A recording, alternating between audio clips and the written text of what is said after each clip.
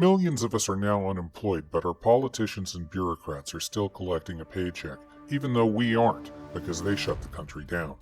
What did they base that decision on? Well, it turns out that in March, the CDC presented a model that predicted 1.7 million deaths from COVID-19. That model has proven to be completely inaccurate, along with several iterations since then. They're now saying that 66,000 people could die. Anyone in private business who presented their employer with a model that inaccurate would be fired. Only someone in government could get away with it. Politicians, the media, and celebrities will tell you new projections are because the country was shut down. But there isn't one scintilla of peer-reviewed science to back that claim up. Ironically, these same people complain that false information is being spread that certain drugs work against COVID. They say there isn't any science to prove it.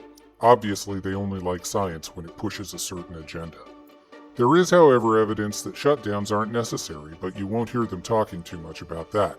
Sweden refused to shut down. Their bars, restaurants, theaters, businesses are all still open. So far, they're experiencing around 118 deaths per 1 million in population from COVID-19. On the other hand, the United States is experiencing a higher death rate of around 128 deaths per million. Something is very wrong here. It's time to tell the immunocompromised, the elderly, and those exposed to the disease to self-isolate, which is exactly what Sweden did. It's time to withhold the pay of the incompetent bureaucrats and politicians who have brought us to this point, and it's time for the rest of us to get back to business.